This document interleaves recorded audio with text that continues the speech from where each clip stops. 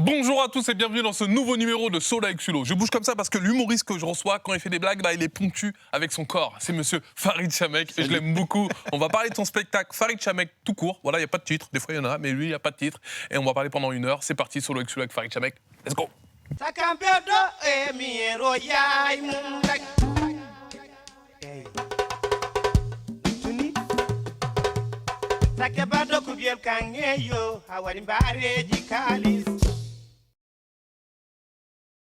Ça fonctionne, c'est bon. On le dit, on ne cache rien à la France. Rien. On a eu des petits problèmes techniques, voilà, ça déconne. C'est la 3e fois qu'on s'y reprend. Farid, comment tu vas? Bien. Allez, Et toi? 8e poignée de main, Ouais, ça va? diplomatique. Ok, bienvenue dans l'entreprise. Merci.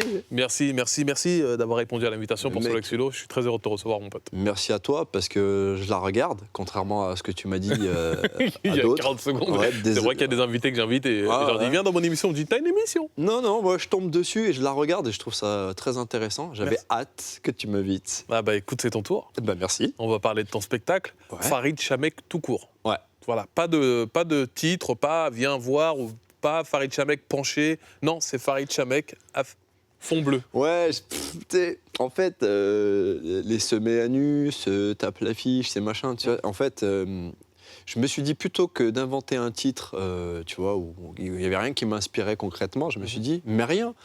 Qui a inventé cette T'as règle cherché de- longtemps avant de mettre rien? Ouais, grave. C'est ce que je me suis dit. Qui a inventé cette règle de titre pour un spectacle, tu vois? Et Ouais. si, voilà, il y a mon blaze, vous savez qui je suis, il y a ma tête. Venez, c'est tout. Mais des fois, ils mettent un titre, généralement, ils mettent un titre en référence avec le contenu du spectacle. Ouais. Sauf que moi, il n'y a pas vraiment de contenu. Non, C'est non, ce que je veux dire, c'est que plutôt que de mettre quelque chose qu'il n'y avait rien, il n'y avait pas un mot, une phrase ou tu vois qui me faisait envie en fait de mettre sur mon affiche. Du coup, je me suis dit, mais rien. Ok. Mais rien, voilà, je pense que les infos sont là, il y a ton nom, il y a ta tête. Et ça suffit. marche bien. T'es au Petit Palais des Glaces. Ouais. Full. Ça dépend, là, c'est les grèves. Oui, oula. je suis venu voir. On peut raconter? Ouais. Je suis venu voir ton spectacle hier. Ouais. Ah, laisse tomber. C'est les grèves, c'est le bordel. Et là, je me suis mangé un stress. je me suis retrouvé dans une salle où les gens étaient allongés. En fait, Ouais. ils étaient allongés tellement ils avaient de la place. Ouais. Ils se sont mis comme ça, ils ont pris le banc de devant et genre, ils étaient quoi? 10, 12? Ouais, 12, parce qu'il y avait plein de résas. Ouais. C'était Et complet, les quoi. gens n'ont pas, ouais, et les gens n'ont pas réussi à venir, Ouais. tu vois, parce que je suis à République, en plein centre de République. Et du coup, bon, j'arrive, je suis content, j'ai du monde, tu vois. Et personne n'est là, en fait. Les gens ont payé leur place, mais personne n'est là. Donc, c'est les grèves. T'imagines, ça veut dire que notre métier dépend du métro, en fait. Et c'est ça qui fait flipper. Mais voilà, moi, tu sais, j'ai réussi avec le temps à m'adapter à ce genre de truc. Avec C'est-à-dire l'expérience. que, ouais, grave. C'est que j'avais l'impression de jouer dans mon salon. Du coup, j'aurais parlé comme si on était dans la maison. Bah tu c'est vois. ça, c'est ce que j'ai remarqué. Et, T'as fait valoir une grande, t'as mis en avant une grande qualité, c'est ton improvisation. ouais, Tu vois, une de tes grandes qualités. Généralement, quand on regarde un petit peu même les critiques sur Biréduc, c'est Ouais. l'improvisation qu'on revient souvent. Tu vois ce que je veux dire? ouais. T'as des bêtes de critiques sur l'interaction, etc. Et le public kiffe de ouf la manière dont tu les ramènes à toi directement. Regarde, on va en lire vite fait, rapidement, j'en ai retenu quelques-unes. Franchement, on a trop rigolé du début à la fin, un super spectacle. En plus, il interagit beaucoup avec le public, super improvisation. Et c'est les 3-4 premières sur Biréduc, ça parle d'improvisation. Ouais. Et hier, je vais voir le spectacle, t'es dans l'improvisation. Ouais. Parce que bon, t'as pas trop le choix, certes, t'es dans une situation, mais j'aimerais bien voir la salle, même si je t'ai vu plusieurs fois, j'aimerais bien voir aujourd'hui, dans ce spectacle, dans ce délire, de voir une salle full et de voir comment gérer, comment mater une foule d'à peu près 120 personnes pendant 1 heure. Ça Ouais, doit être en fait, ça c'était juste avant les grèves, c'était mortel, hein, tu vois, on était là-dedans. Mais le truc, c'est que c'est surtout les petites salles dures qui te forgent à te construire sur. Je t'apprends rien, Ah oui. tu connais. C'est vraiment dur. C'est dans l'adversité que tu apprends en vérité, sur les échecs, les bides. Les bides, c'est très important d'en prendre. Ah, si Parce t'en que- prends pas, tu voilà. comprends pas. Tu sais pas la chance que tu as quand tu arrives à sortir une vraie vanne qui marche quand t'as pas pris de bide. C'est impossible.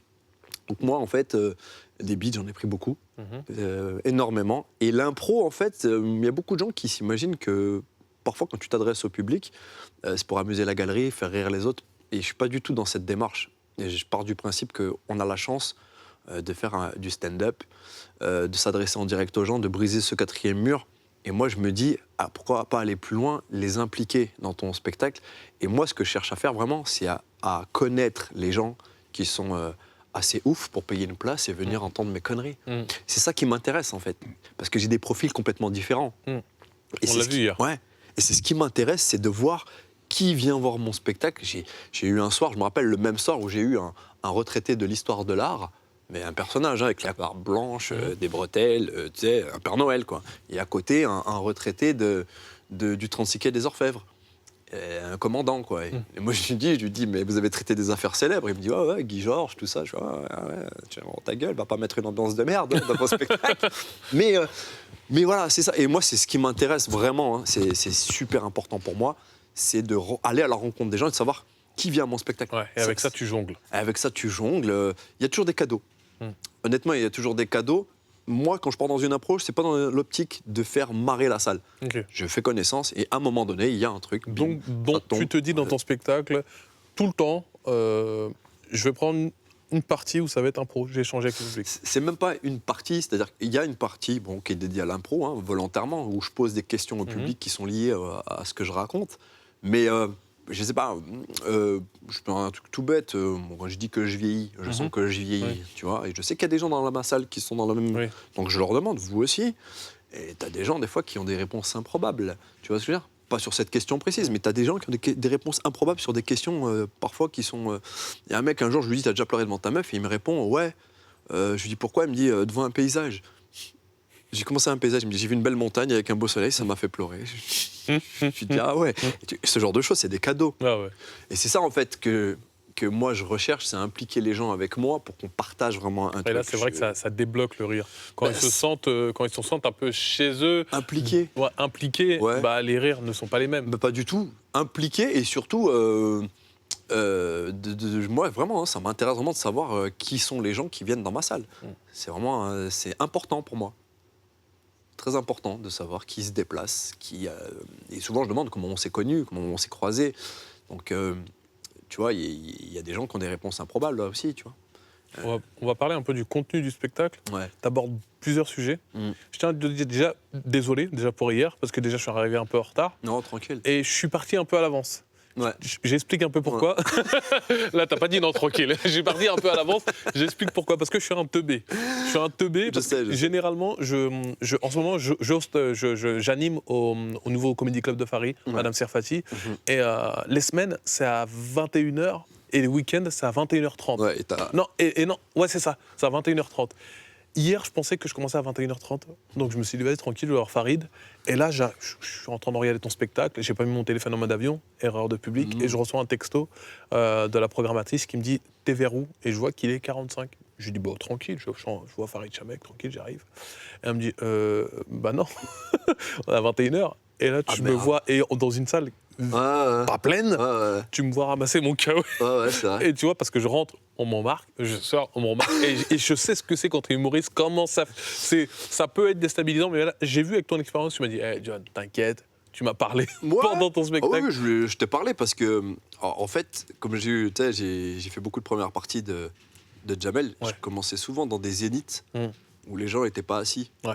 Et qu'il y avait beaucoup de remous, de move. Les gens se parlent. T'as piqué ma place. Et ça se parle comme si moi j'étais pas sur la scène. Tu vois, il y a pas de respect. Mais c'est pas grave parce que je comprends les gens. Ils vont voir un mec, tu vois, c'est une rosta, et ils voient une première partie. C'est limite, ils disent ouais, prends ton temps, c'est la première partie. Tu vois, c'est un peu ce délire. Mais moi, ça m'a forgé en fait. Comme je dis, c'est dans l'adversité que tu progresses. Si tu restes dans ta zone de confort, tu progresses jamais en fait. Et hier, t'as appris? Non, je connaissais. En fait, hier, ça m'a ramené à mes débuts. Ça m'a ramené à mes débuts. Mais il y a un truc qui est arrivé avec le temps, c'est que la déstabilisation, ça n'existe plus en fait. Maintenant, tu gères. C'est plus ou moins difficile dans ce genre de cas, tu vois. Mais c'est cool. Parce que tu m'as quand même dit, je reprends le texto. Non, t'inquiète frère, quand j'ai dit désolé, je suis parti un peu plus tôt. Et tu m'as dit c'était la pire des pires. C'est pas là. T'as dit c'était la pire des pires de ma life. De ma life. Ouais. C'est une de ma life. Parce qu'en fait, il n'y a rien de pire que de jouer dans une salle où moi j'ai un spectacle qui est très rythmé et très dynamique. Je le vois. Tu vois, très rythmé, très dynamique. Et plus il y a du monde dans la salle, et plus il y a ce truc qui se passe, et il y a un ping-pong de dingue, tu vois, et ça monte, on se monte ensemble, en fait.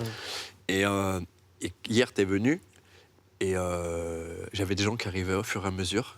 Du Le gars, spectacle. même le gars de la RATP, Ah ouais, il y a un mec au de la- compte-gouttes, donc tu fallait que tu reprennes un peu tout le gros travail de chauffe. C'est ça en fait. J'ai pas entendu le début de quoi tu parles. Non. Mec, t'es sérieux?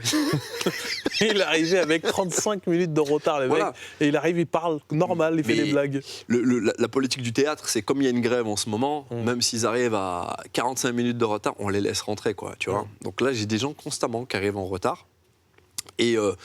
Et voilà, mais moi j'instaure des petites blagues comme ça, je leur dis, quand il y a des gens qui arrivent en retard, on les applaudit, on les accueille, quoi, tu vois.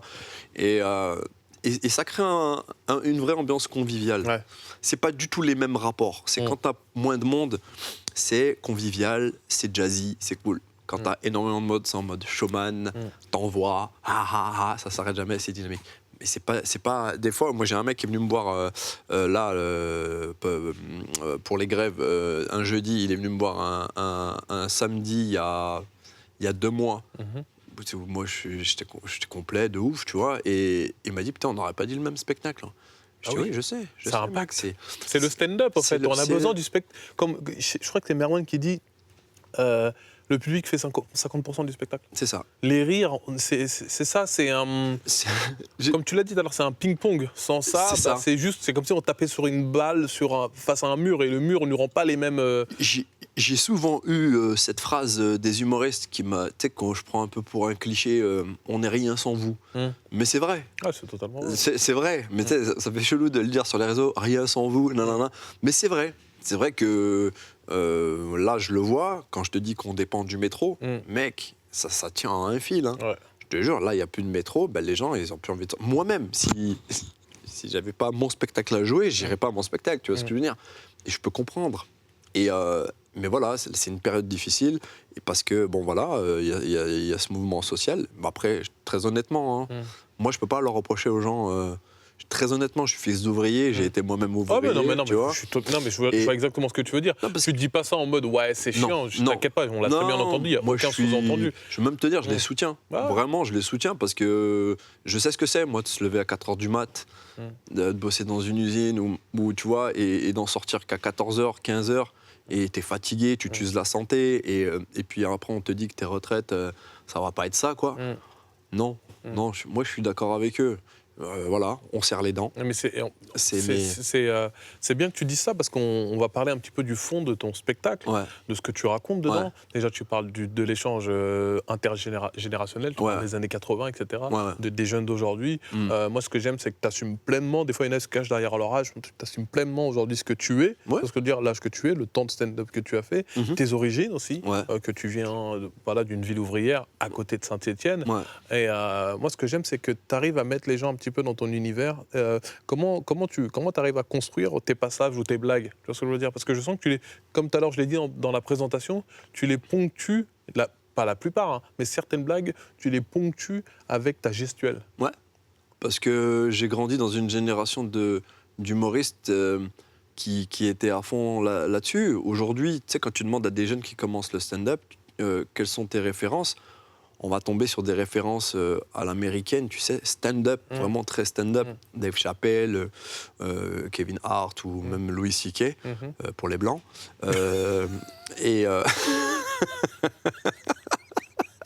Excuse-moi, je t'ai oublié de la placer.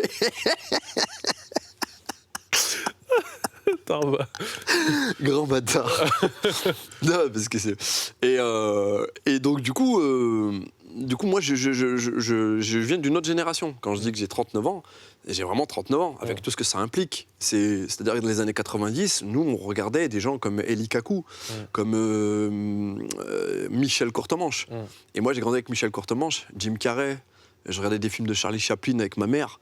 Et c'est ces mecs-là, moi, qui m'ont donné envie de faire ce métier. C'est pas Dave Chappelle. J'adore Dave Chappelle, attention, je kiffe et je reconnais le talent, tout ça, je kiffe à la mort, vraiment.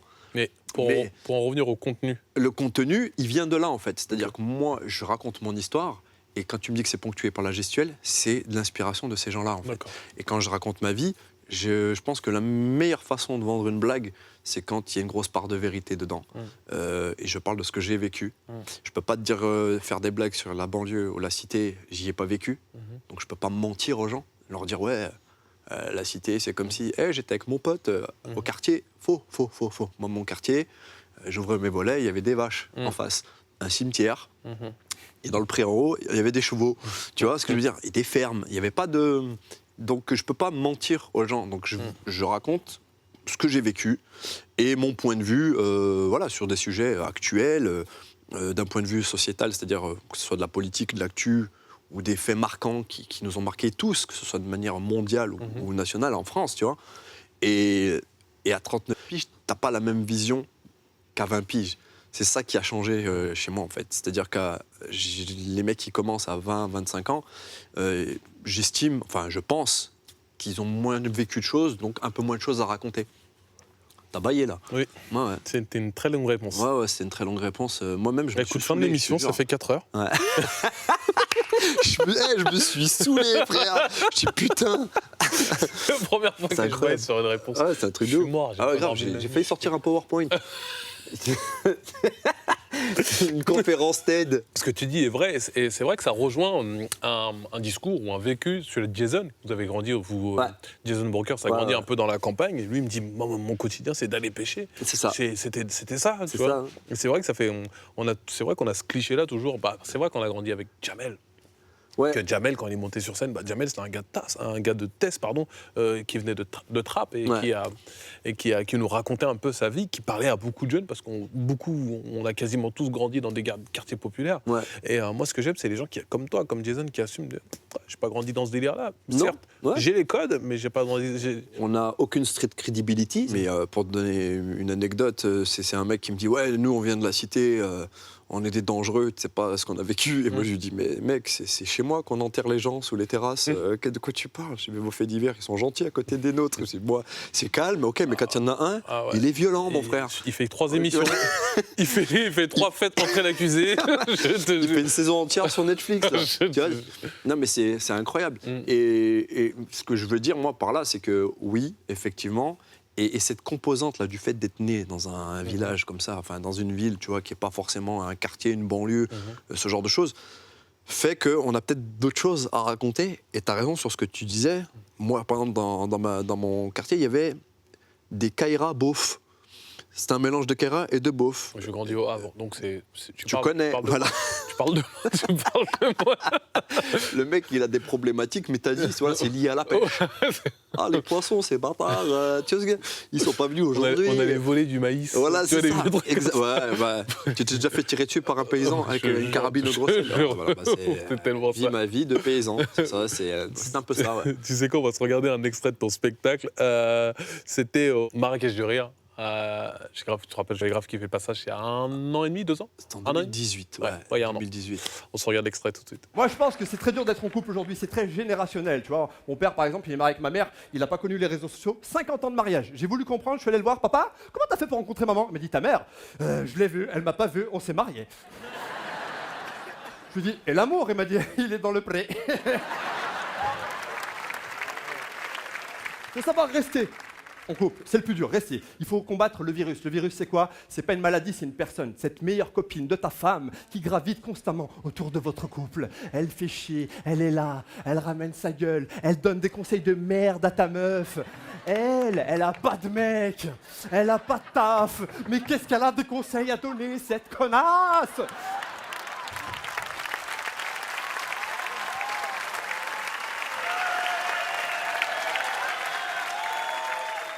C'est une connasse que vous avez toutes les filles dans votre entourage. Toutes. Vous l'avez ou pas en tête, votre connasse? Oui, non, parce que si vous l'avez pas, c'est que la connasse, c'est vous. Ce rire-là. Ouais, grave, il était franc, sincère. La meuf, c'est de l'identification. Hein, Direct. On le disait juste avant, t'étais svelte. Hein. Ouais, j'étais svelte. Ah là, tu rebondissais. Hein. Ah ouais, non, on avait fait un peu... On faisait du sport avant d'aller à Marrakech, parce que tu sais que tu dois enlever le t-shirt à un moment donné à la piscine. Tu vois. Donc, voilà. Ouais, non, mais tu vois, merci de m'avoir montré ça, parce qu'il va falloir que je me remotive à pousser un petit peu. Oui. Ouais. En tout cas, très bon passage. Il est encore dans ton spectacle? Celui-là encore aujourd'hui. J'ai gardé 2-3 blagues, mais le but de ce spectacle, c'était, j'ai fait, c'est un nouveau, hein, il y a beaucoup de choses nouvelles en fait, et j'ai gardé, en tout et pour tout, j'ai dû garder 5 minutes des anciennes choses que je faisais. Donc ça évolue tout le temps. Éparpillé, ouais. Il y a beaucoup de différences entre le spectacle que tu jouais à l'Apollo Théâtre. Ouais, C'était grave. quoi le titre? Le titre, c'était Farid et Chamek. Ah. Je reste toujours sur mon blaze. Exactement. Voilà, c'était ça. Ouais. Farid et Chamek. Ouais. Donc il y a donc de Farid et Chamek, là du nouveau, il doit rester 5 minutes. Ouais, 5 minutes. C'est très bien. Donc il y a beaucoup de nouveautés, il y a beaucoup d'écriture et tout ça en peu de temps. Bah, j'avais écrit mon spectacle en 4 mois. Tu sais, c'est toujours pareil, hein, t'écris une base. Et puis après, j'avais fait une tournée de rodage où je teste en fait. Mais comme à un moment donné, j'avais pas le temps de tester sur des plateaux des 5 minutes par 5 minutes, j'ai tout écrit et j'ai testé tout d'un bloc.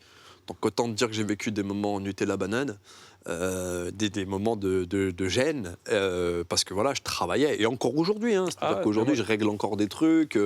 T'es tout le temps dans le travail, dans l'évolution. Bah, je pense qu'un spectacle, il s'arrête jamais de s'écrire tant que tu le joues. C'est-à-dire que tu peux toujours rajouter des petites choses qui mettent des impulsions. C'est pas comme un album de musique, quoi. Non. Dès que c'est masterisé, c'est Non. Enfin, moi, c'est ma vision. Après, je peux comprendre qu'il y a des gens qui ne travaillent pas de la même façon que moi. J'ai eu la chance de voir Jamel construire un spectacle au fur et à mesure, tu vois. Et pareil, ouais, cette école-là me parle le plus. D'écrire, de tester, et puis après... Moi, je suis pas de cette école-là. Je trouve ça très risqué. Ouais. Très, très risqué, et ça peut blesser l'amour-propre. Après, peut-être que j'ai pas assez l'expérience pour recevoir autant de bides et faire un passage à vide pendant 25 minutes et sortir dire Alhamdoulilah, non. non. En fait, je suis plus de l'école où on écrit 15 minutes parce que t'as plus de temps de travailler le bail, t'es concentré sur ce 15 minutes, tu vois. Et dans le stand-up ou dans les spectacles en général, on est sur des blocs, on est d'accord, on est sur des petits blocs ça peut aller jusqu'à 15 minutes, un bon bloc, il y a un demi à l'intérieur, et hop, ça s'enchaîne. Moi, je suis partagé avec ce que tu dis, je suis d'accord avec toi, parce que c'est ce que j'ai fait pendant tous mes débuts, hein, je travaillais des 10-15 minutes. Pourquoi je te dis travailler d'un bloc comme ça, c'est que la différence entre un plateau et ton spectacle, c'est que le plateau, les gens ne sont pas venus pour toi, tu vois, et que c'est là où tu vas vraiment voir l'efficacité d'un cut-through. Ça, c'est l'avantage de tester des 15 minutes devant des gens qui ne sont pas venus pour Watt. Ils ne sont pas déjà en mode conditionné pour... Et inconsciemment, il y a ce truc aussi, ils vont faire leur classement dans leur tête. Pas leur classement, c'est moi j'ai préféré celui-là, que j'ai préféré celui-là, tu vois. Donc tu es dans ce mood, voilà. Mais, mais ça peut être aussi casse-gueule, ce truc. Parce que par tes émotions, tes états d'âme, tu peux être amené à essayer de vendre quelque chose que tu ne vas pas vendre avec conviction. Tu vas le dégager, croire que ça ne marchait pas. Mais c'est juste toi, ce jour-là, qui est dans ce mood-là, un peu de... Ouais, moi aussi, je veux cartonner, je veux être sûr, tu vois, de faire un bon passage. J'ai pas envie d'être la dernière roue du carrosse. Va croire peut-être que ce que tu as testé ce soir-là n'a pas fonctionné parce que c'était pas bien. Alors que pas du tout. C'est juste que tu l'as pas vendu avec assez de conviction. Combien de fois j'ai testé des trucs, ça marchait pas en plateau. Je le reprenais 6 mois, 1 an après, je le retestais. J'avais compris en fait que c'était moi qui n'avais pas assez mis de conviction, de tournure. La musicalité. La musicalité, le rythme, plein de choses, tu vois. C'est du réglage, hein. Une vanne, c'est de la mécanique de précision, tu vois. Le truc que j'aime le plus, c'est regarder mes notes d'il y a 1 an et dire « Ah, ça, je savais pas le faire avant, mais aujourd'hui, avec l'expérience d'aujourd'hui, je peux. » Voilà, et c'est exactement le truc dont on parle. Et voilà, et moi, maintenant, ce que je fais, c'est que voilà, j'ai des choses qui marchent dans mon spectacle, et je fais le truc inverse. Je les teste comme ça sur des plateaux, et des fois, effectivement, je me rends compte qu'il y a des trucs qui marchent moins bien quand je les fais en plateau. Et voilà, et trouver la solution pour que cette vanne ou cette vanne-là marche n'importe où. Et oui, c'est une autre méthode, hein, les 15 minutes. Moi, c'est exactement ce que j'ai fait sur mes premiers spectacles. J'avais des blocs. Et sur celui-là, j'ai pris ce risque de tout tester d'un coup. J'ai eu la chance que beaucoup de choses marchent. Et du coup, j'ai gagné du temps, en fait. Tu vois ce que je veux dire? Et là, maintenant, je rejoue de temps en temps, quand je vais au Comedy Club, sur des plateaux, je teste des morceaux. Et franchement, ça marche, je suis content, tu vois. Mais après, il y a aussi l'expérience avec le temps aussi qui fait que, tu vois... Tu comprends vite quand ça ne fonctionne pas, tu sais pourquoi ça n'a pas fonctionné, tu remets le mot dans le bon ordre, etc., pour déclencher le rire. Il y a un autre truc aussi qui est très important, c'est qu'avec le temps, tu n'abordes plus du tout le bide de la même manière. Bien sûr. C'est-à-dire qu'avant, un bide, ça pouvait me niquer une semaine. C'est une patate dans la mâchoire et tu étais là, c'est mon premier KO, ok. Parce que On va revenir dans le bin, ok, d'accord. Parce que, tu sais, il y a des gens, des fois, ils te disent, moi, c'est ce que je vois, des fois, des petits jeunes humoristes, ils me disent, ah, j'ai cartonné. Je fais, ça, c'est un carton, ça? Ça, c'est un carton? On n'a pas la même notion. C'est-à-dire que nous, à l'époque, quand on cartonnait vraiment, tu vois. Et il y a différentes notions. C'est ce que je raconte un peu dans mon spectacle. Si tu veux vraiment savoir si tu as fait un bide, c'est le silence après la blague. Mais il y a pire que le bide, il y a le silence. Il y a la blague, le silence, et ce mec au fond de la salle qui fait... Et mec... Quand t'entends quand t'entends ça, sors vite. C'est que le gars, il a commenté, en fait. Voilà. Il a commenté. Tu vois, ça s'exprime par plein de choses, tu vois, où les gens moi, je le vois, tu sais, je suis très dans la gestuelle, où quand tu commences un passage, et puis au bout de 3 minutes, les gens, tu sais, parce qu'ils se font chier, quoi, tu vois. Et là, t'es là, tu dis, oh merde. Si toi, tu vois ça, tu vois leur tête, tu sais, que des salles comme le Paname, tu sais, t'as les têtes qui sont toutes éclairées, tu vois. Et tu vois plus ou moins ce que les gens pensent. Et c'est super violent. C'est super violent. Le bide, je crois que c'est le truc le plus violent que tu puisses vivre. Mais c'est tellement génial en même temps. Parce que si t'en prends pas, tu restes dans ta zone de confort. Le bide, je commence à faire une comparaison, je sais pas si elle est cool. C'est comme le vin. J'en ai jamais bu. Tu vois, attends. Mais au fait, le bide, au début, il est dégueulasse. Tu vois ce que je veux dire? Mais au bout de 6 mois, quand tu comprends le bide, tu dis ah ouais, c'était un bon bide. Parce qu'il m'a permis d'apprendre, etc. Exactement. Et moi, je reste vraiment partisan faut pas hésiter. Moi, j'étais ce genre de mec qui jouait le même passage pendant 3 ans. Hein. Vraiment. Hein. Moi, ça m'a formé comme ça. Voilà. C'est comme ça que ça m'a formé, parce que j'avais que ça, et puis j'avais peur de ne pas faire rire. Ben moi, et longtemps, j'étais bloqué derrière ce personnage en mode, je continue, bon bah. T'as des trucs qui fonctionnent, et tout d'un coup, tu fais des rencontres, et on te met dans des vrais bails. Et dans ces vrais bails-là, tu sais que tu dois pas te décevoir, et que, tu vois, tu dois être à niveau.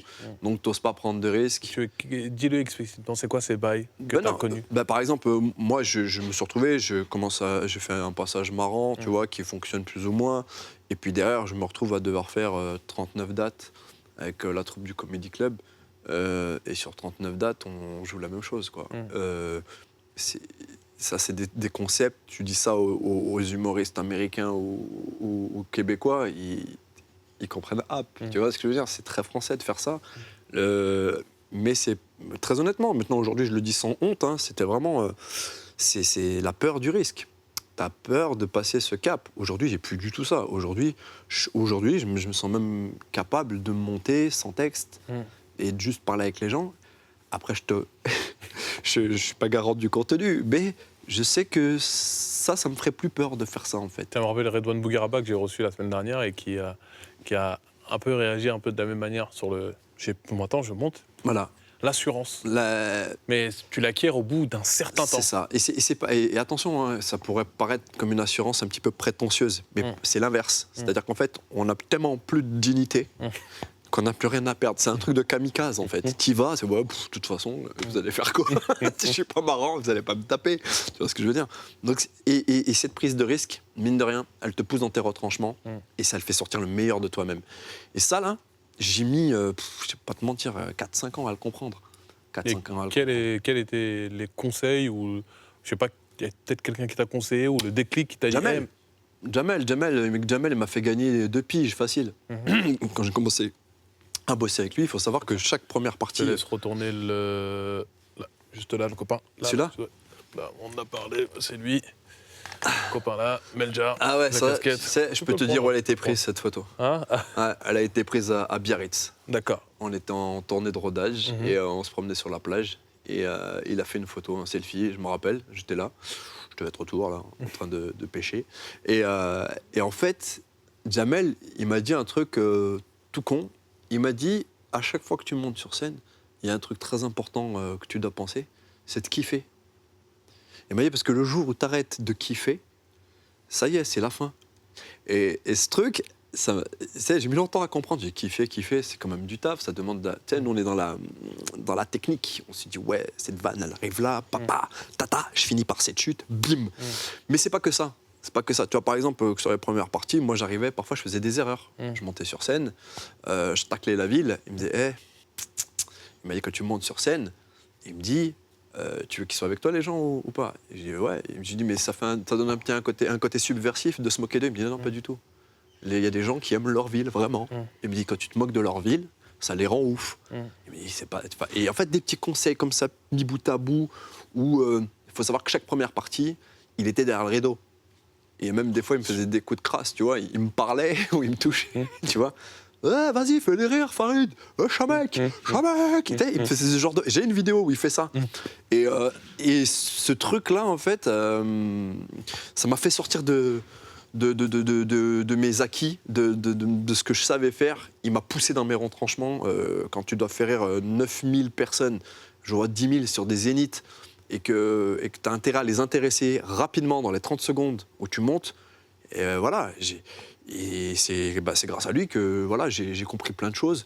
Et aujourd'hui, quand je te dis qu'on n'a plus peur du bide, on n'a plus peur de se faire mal sur la scène, très honnêtement, c'est en partie grâce à ses conseils, ouais. Ouais. Parce que le mec... L'expérience, la vie, le tout, la scène, c'est lui. Je te donne un exemple tout bête. On est sur une date en Bretagne, on est à Brest. Ok, je fais la première partie, ils sont mortels, l'ambiance de folie. Je fais des petites impros, tu vois, et eux ils me donnent des infos, tu vois. Ils sont en embrouille avec l'histoire du Mont Saint-Michel, les galettes, le beurre, nan. Et je sors de scène, et là Jamel, attends, il est en train de se peigner, et il me dit alors. Et je lui dis, mortel. Je lui dis, tu peux les vanner sur ça, les galettes, les machins, le Mont Saint-Michel. Je lui donne 5 éléments. 5 éléments. C'est comme si je t'avais donné 5 mots. Il est monté sur scène. Il ne savait même pas de quoi je parlais. Hein. Il a fait 20 minutes avec ces 5 éléments. Il a inventé des situations, et les gens morts de rire. Mais morts de rire. Et je venais de lui dire. C'est là où tu vois que des mecs comme ça, les gens peuvent dire ce qu'ils veulent. Le mec, il a une patate. Quand tu assistes à ça, là, tu te dis, OK, je comprends mieux. Je comprends. C'est incroyable. Ouais, c'est un délire. Incroyable. Il a compris incroyable. Comment on appelle ça, le mécanisme. Ouais. Il a pris les 5 mots. L'impro, il a fait ça longtemps, tu vois. Et puis c'est comme un muscle, hein, ça se travaille, tu vois. Mais incroyable, incroyable. Et c'est de lui, moi, qu'en l'observant beaucoup, tu vois, que j'ai compris plein de trucs. C'est grâce à lui que j'ai compris plein de trucs. Et après, évidemment, comme on a tous fait, hein, les plateaux, bien sûr. les labos, le début. Tu sais que... On va parler un peu du début. Il y a un truc que je kiffe beaucoup. C'est... Il y a quoi ça va faire 10 piges. Ouais. Le Bordel Club. Ouais. Avec Kian, etc. Ouais. Voilà, et toi, t'as toute ta team là. Et t'as vu, ça fait bizarre de se voir comme ça. Putain, j'avais pas du tout la même tête, mec. Je vais te laisser un peu commenter une vidéo qui, je crois que c'était lors de la dernière du Bordel Club. J'ai retrouvé ça sur Facebook, fallait pas m'ajouter en ami. C'est un piège en fait. Vous êtes tellement teubés quand je vous demande en ajout sur Facebook, vous acceptez. C'est un piège, espèce d'Ahmar. Regarde-moi ça. Bien, je te laisse commenter un petit peu. Explique-moi la situation. Vous en êtes tout là actuellement là. Je vais reprendre un petit peu avant, c'est que le Bordel Club, on a eu l'idée d'inventer ça en remontant d'une date. On était parti dans la Loire, dans ma ville, hein, c'était Sanaka. Ça, c'est Kian Kojandi. Ouais. Là, c'est Kian, il faut préciser aux gens que là, c'est Kian Kojandi qui faisait du pop-in. Regarde, il y a Sem Melia, il y a Navo, il y a... Et les 2 mecs derrière, là, c'est des potes à moi, c'est des danseurs. D'accord. Donc Chris Almeida et Sammy Style, qui sont des... Bon, qui dansent, le mec, tu peux le voir dans des pubs. La dernière fois que j'ai vu, c'était une pub Heineken, Chris. Non, mais c'est vrai. Non, ouais, ils ont dansé pour Rihanna, pour Madonna, tout ça. Et c'est des mecs de chez moi. Et Sanaka, donc là, qui est à gauche, on avait organisé une date dans ma ville à Saint-Étienne. Lenny Mbunga, s'il te plaît, en bleu, tu vois. Voilà. À l'époque, il avait aucun lust. Et en fait, on fait cette date et on remonte dans le train et on se dit, putain, c'est cool quand on fait des trucs entre nous, entre humoristes. Parce que tous les établissements qu'il y avait à l'époque, il y en avait 3. Le Paname, Café Oscar et le Chinchman. Ils étaient dirigés par des gens qui ne montaient pas sur scène. Et donc, du coup, ils avaient beaucoup de règles. Tu vois, dès que tu dépassais, il y avait une sonnerie. Tu sais, c'était très bizarre comme concept. Et du coup, nous, on s'est dit, pourquoi on ne créerait pas une scène à nous, gérée par nous? Il n'y aurait pas de... Tu vois, géré par nous. On dit juste qui fait la progra, qui fait quoi, et stop. Et donc Kiad avait un créneau au théâtre Montmartre-Galabru avec le directeur, et il nous propose un créneau. Et on fait genre un lundi soir. Et on voit que ça remplit de dingue. On en fait un deuxième, on en fait un troisième. Et là, ça fait 10 piges. Donc ça dure tous les lundis, le Bordel Club. L'année prochaine, aujourd'hui, c'est Merwan, Rémi, Nam, moi, qui gérons le Bordel Club. Putain, c'est dingue. 10 ans après. Ah ouais, non, mais c'est dingue. Parce on est là tous les lundis, on fait la progra. C'est vraiment la liberté. Eric est encore là. Le boss du Bordel Club est encore là. C'est ouf, hein. Du théâtre Montmartre-Galabru, big up à eux. Et on fait les 10 ans, là. On va fêter les 10 ans dans une grande salle ou dans un délire. On va essayer. On devait les faire là en novembre, on t'avait appelé. Mais on va repousser ça en 2020 pour bien gérer le truc. C'était dingue cette époque, parce que c'était vraiment. On faisait ce qu'on voulait, quoi. On avait 1h30 de créneau. Et on était 5-6 à monter sur scène. En tout, on devait être une quinzaine vraiment à être les résidents, quoi. Mais c'était dingue parce qu'on faisait ce qu'on voulait. C'était vraiment, pour moi, c'était la meilleure période. Ça t'a permis de te familiariser avec la scène ? Me familiariser avec la scène, resserrer les liens avec des poteaux, parce que je vais pas te mentir, quand tu arrives dans ce milieu aussi. Quand tu viens de province, tu connais personne. Moi, les premiers mecs que j'ai connus, c'est qui ? C'est Boone, c'est Ken Kojandi, c'est des mecs qui m'ont poussé à monter sur scène, parce que je montais pas sur scène quand je suis arrivé au départ. Ils m'ont dit, vas-y, monte, apparemment t'as fait du théâtre, t'as fait du truc, vas-y, lâche-toi. Et c'est avec eux que je fais mes premières scènes. Boone, Navo, Kéron, et voilà. Et le Bordel Club prend tellement d'ampleur que... nous, on est choqués, quoi, parce qu'au départ, on s'est dit, mais on est personne ne nous connaît, et ça prenait de dingue. J'ai eu la chance d'avoir Eric au téléphone, il m'a envoyé une petite vidéo pour me parler un peu de toi au Bordel Club. Regarde ça. Alors, Farid, au début du Bordel Club. Alors, il faut savoir que le début du Bordel Club, comme son nom l'indique, c'était vraiment le bordel, le gros bordel. Et Farid n'était pas en reste d'ailleurs. Moi, je leur avais interdit, c'était l'erreur d'ailleurs, je leur avais interdit surtout, ne touchez pas aux costumes. Et ça, c'est l'erreur à pas faire. Et un jour, je vais les voir jouer sur scène, et je vois une blonde avec une perruque. Je me dis, mais qui c'est celle-là ? Et je reconnais Farid. En fait, j'étais à peine sorti des loges que déjà, ils étaient en train de piquer des perruques, à aller faire les cons sur la scène. Donc, je passais mon temps à leur courir après, à gueuler. Mais en fait, tout ça, je regarde un très bon souvenir. Et puis, ça fait plaisir de voir que ils n'ont pas lâché, que Farid n'a pas lâché, qu'aujourd'hui, il se produit sur scène, il s'amuse, les gens viennent le voir, parce qu'en fait, il fait partie de ces artistes qui aiment avant tout être sur scène, qui aiment faire rire. Voilà, il n'y a pas de calcul, c'est de s'amuser sur scène. Et pour ça, ça fait plaisir de voir quand ça marche. Voilà. Ah, Simer, je kiffe ce mec. Je kiffe ce mec parce que déjà, c'est lui qui nous a donné notre chance. C'est-à-dire que tu t'arrivais à 4 humoristes dire voilà, nous on veut créer une scène, mais vous avez rien le droit de dire, rien le droit de. Vous donnez pas de règles. Tout le monde nous aurait craché à la gueule. Lui, il nous a dit ouais, ok. Il nous a lâché sa salle. Et à la fin, je crois que même ce qui kiffait le plus de ce qu'il y avait dans son théâtre, c'était le Bordel Club. Et l'histoire des costumes, ouais, c'est vrai. J'ai même des photos. On a tout déballé, on se tapait des barres. Avec Lenny, on est monté avec des mini-shorts roses sur scène. Ouais. Sur Wake Me Up de Wham. Je sais pas s'il y a des vidéos de ça. On est en débardeur blanc, avec des mini-shorts, et on danse sur... oh là là, putain, on n'avait pas de dignité à l'époque, mais c'était incroyable. Mais l'ambiance était là, quoi. Quand j'y allais pas, ça me manquait, tu vois ce que je veux dire ? C'était vraiment une ambiance de poteau, et ça a tellement créé des liens que c'est là qu'est née Bref, la série, tu vois ? Eric est le père de Kian dans la série. Voilà, et c'est là que ça a été créé, puisque Navo et Kian ont commencé à gratter, premier épisode. Moi, il m'envoie le premier épisode, il me dit « Qu'est-ce que t'en penses ?» Je dis « Mais c'est chambé votre truc, là. Ça va cartonner. Ouais, tu penses ? Ouais, je pense. » Et 3 mois plus tard, ça pète sur Canal+. Mais c'était ouf. Il y avait une vraie ambiance de poteau, et moi, franchement... Et ce qui était ouf, c'est qu'on avait réussi à fidéliser un public qui ramenait des gens. Et même autour du Bordel Club, il y avait le public du Bordel Club avec des têtes... tu vois, je sais pas si tu connais Valentine, par exemple. Oui. Valentine, on l'a connue par le biais du public du Bordel Club. D'accord.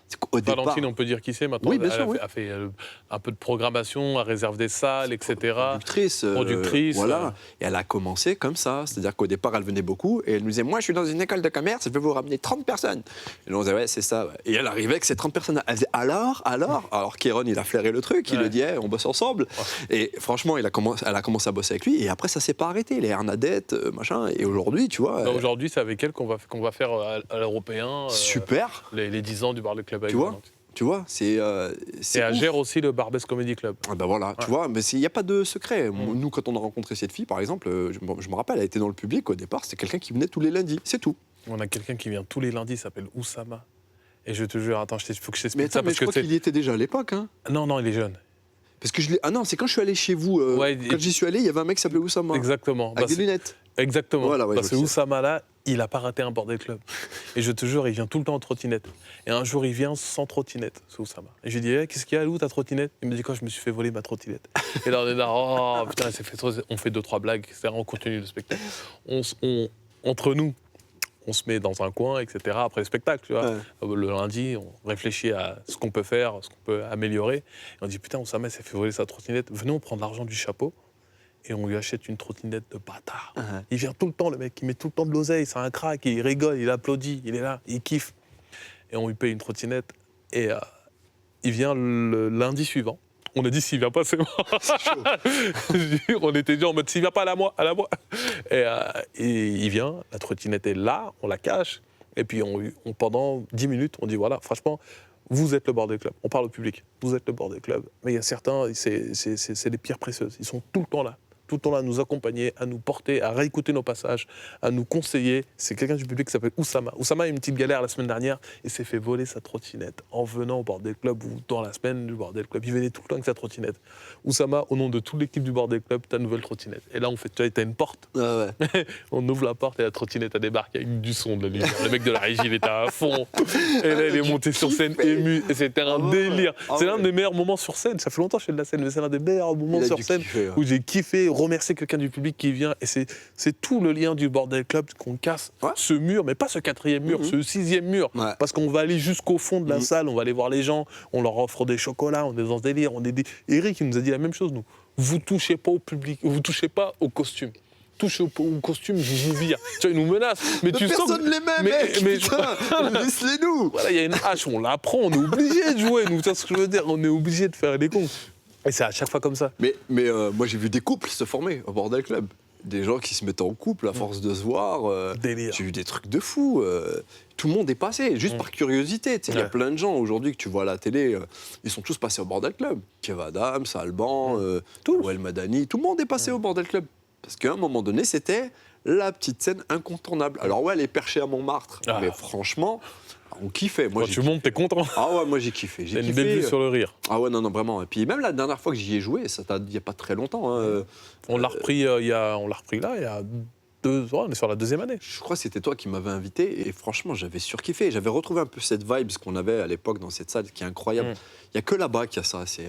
Moi, je crois savoir pourquoi tu kiffes, parce que tu as cette profondeur de salle qui te permet, toi, de t'exprimer. Toi, tu as besoin de cette profondeur de salle, de faire tes pas. À chaque fois, je vois, tu n'es pas un humoriste... merde, j'ai pas le terme. Un humoriste qui est figé sur scène, non. Toi, tu prends la scène, tu vas la chercher 4 coins. Et limite, des fois, je dis, putain, il va me taper une couple, le mec. En fait, parce que c'était tes restes de danseur. C'est ça. Je suis hyper actif, je suis rebeu. Et déjà, rebeu, c'est beaucoup de gestuels quand tu parles. C'est beaucoup algérien en plus. Tu vois, c'est beaucoup de... Et en fait, j'ai ce truc où quand je m'exprime, je suis dans la gestuelle. Je vais pas te mentir, il y a aussi la danse. Il y a une petite photo qui passe, on voit ton petit passé de danseur. Mais cette photo... J'étais capoeiriste, parce que je faisais de la capoeira aussi. Et j'ai fait ça longtemps. Je suis même parti au Brésil pour ça. J'ai vu ça, j'ai vu quelques photos où tu es sur la plage à Copacabana. La photo de plage, alors attention. Par contre, cette photo, il faut m'expliquer. Mais en fait, c'était une photo mi-acrobatie, mi-blague. Oui, il y a une tour Eiffel qui sort de mon... C'était ça la vanne. Mais j'étais très marrant à l'époque, déjà, tu vois. Et, à la recherche des likes. Ah ouais, alors... Déjà toujours. Il n'y avait que Facebook à l'époque. Là, je t'ai dit, je pense qu'on est en 2009, un truc comme ça. C'est ça. 2009. Ouais, parce que je me rappelle à l'époque où j'ai arrêté la capoeira, mais 2009, je faisais. Là, je peux plus faire ça. Hein. Si je fais ça, ça finit en fait divers. Hein. C'est sûr et certain. Mais en vrai, ouais, je pense que vraiment, c'est parce que j'ai fait de la danse, tout ça. Quand je parle, je suis obligé d'alimenter mes trucs. Et moi, Farid, en tant que spectateur, quand je vais voir un spectacle, si un mec bouge pas, il faut vraiment que ce qu'il me dise, ça soit intéressant pour m'accrocher. Tu vois ce que je veux dire? Après, c'est moi et mes goûts. Hein. C'est pas, tu vois, je peux regarder 3 spectacles de Dave Chappelle sans problème. Parce que c'est super marrant ce qu'il dit, tu vois. Mais les mecs qui bougent pas, souvent le font pas parce que ils en ont pas les capacités, tout simplement. Hein. C'est-à-dire, des fois, tu as des mecs qui n'ont pas envie. Et puis, il y en a qui font le choix de faire de l'humour en restant figé. C'est leur personnage aussi. Je regardais Paul Mirabel il y a pas longtemps que j'ai découvert. Jimo, ces mecs-là, ils viennent avec des concepts tellement forts, tu vois, que même s'ils ne bougent pas, c'est Rama, parce que ce qu'ils disent, c'est ouf. Blanche, mortel, Haroun aussi, il ne bouge pas de ouf, Haroun. Hein. Et puis voilà, et c'est très très bien fait. Et après, moi, voilà, je me sens mieux dans la gestuelle, je me sens mieux dans la danse, je me sens mieux dans le... Tu vois, c'est vrai que...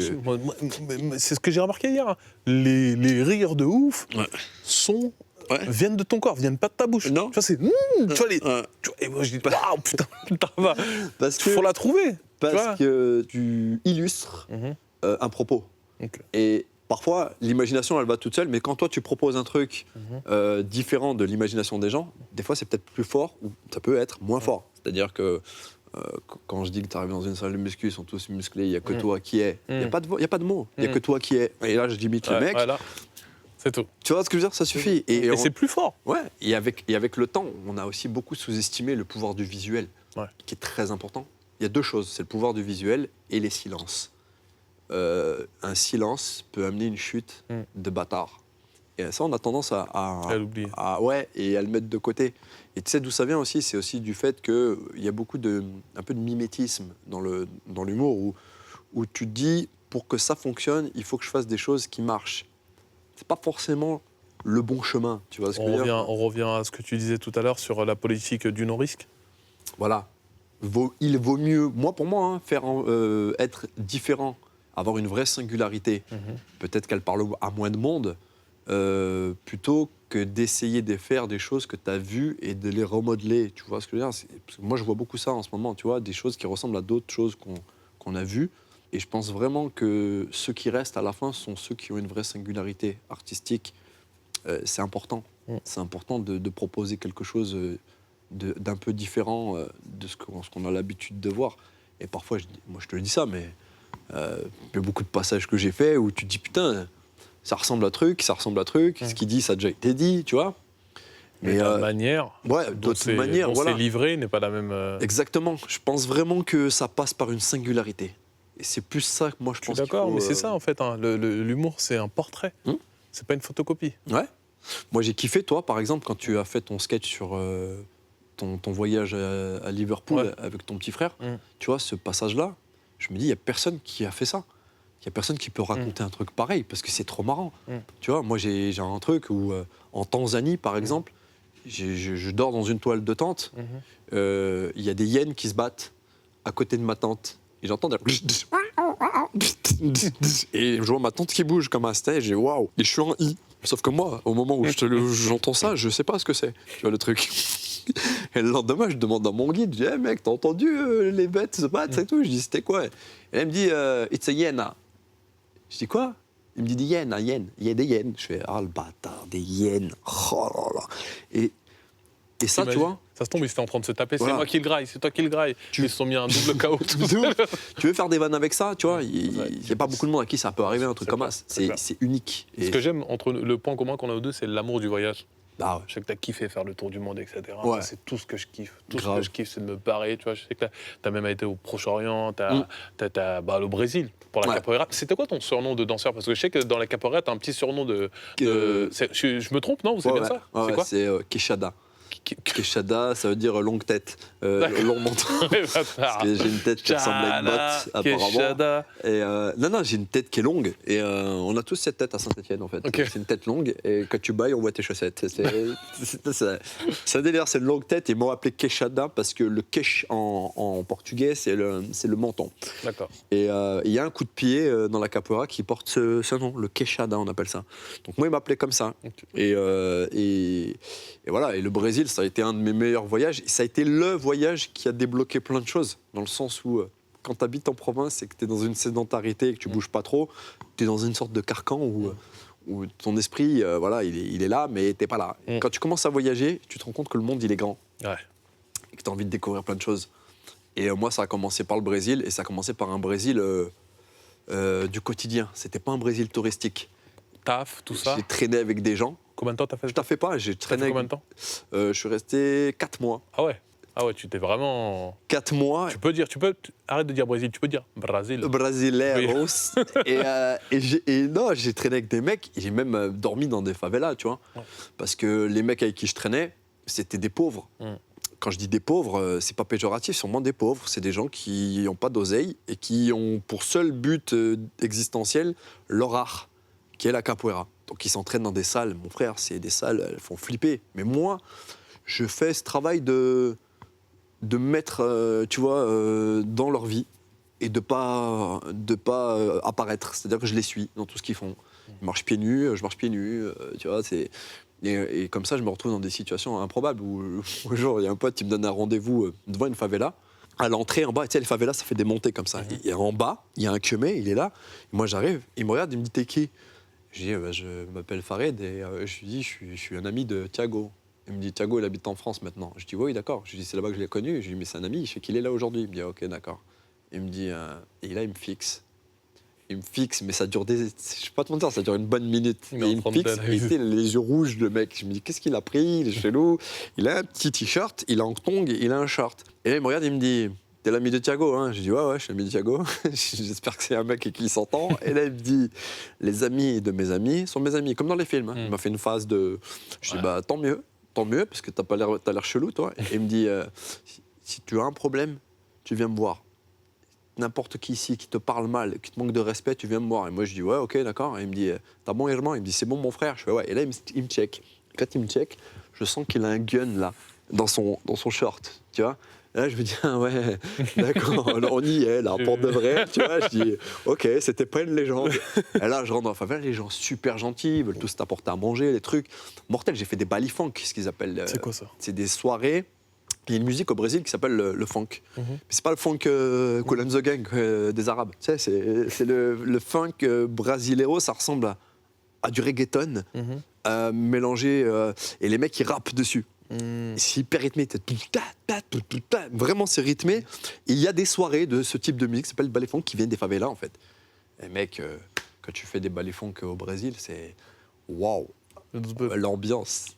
C'est un jour, il y en a en France. Ouais, hein. mais moi, T'as ma l'occasion. femme me prend la tête de ouf pour le Brésil. Elle me dit, moi, je vais aller au Brésil. Je dis, on va y aller, t'inquiète C'est pas. juste incroyable. Faut juste faire très attention, mais Oui. c'est un des meilleurs voyages de ma life, ouais. Très bien. On va passer à la dernière rubrique de l'émission, c'est Portrait chinois. Je te pose des questions assez rapidement, voilà, tu y réponds. Ok. Générique.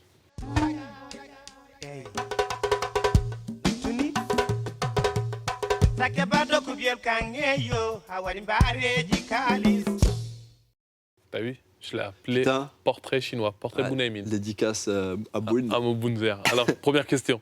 Si t'étais un souvenir de voyage, Sao Paulo. pourquoi?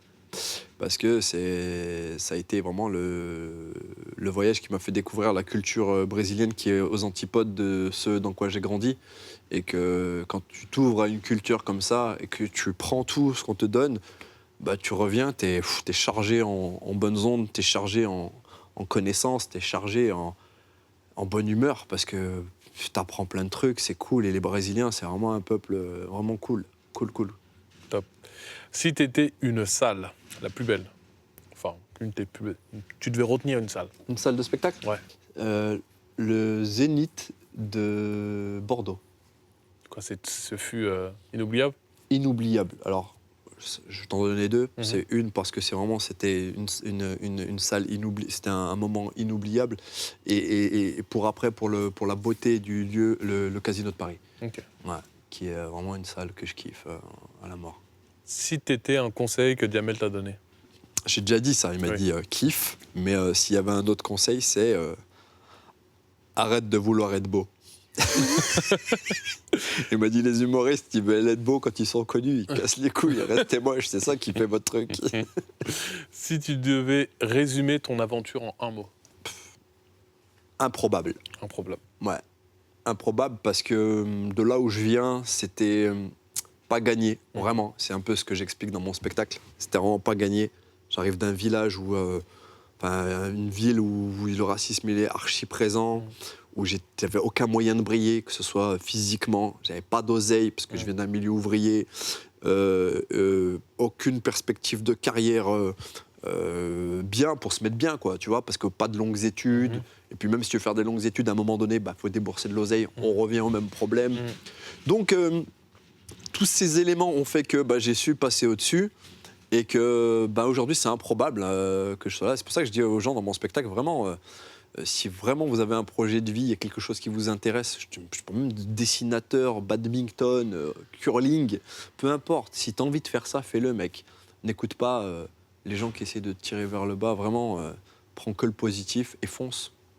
Très bien. Je crois que c'est une conclusion de ouf. Ah écoute. Merci, chef Farid. Merci. Franchement, j'ai grave kiffé l'émission. Merci, de ouf, frérot. Merci pour l'invite. Merci. Franchement, allez voir son spectacle, Venez. Farid Chamek, au Petit Palais des Glaces.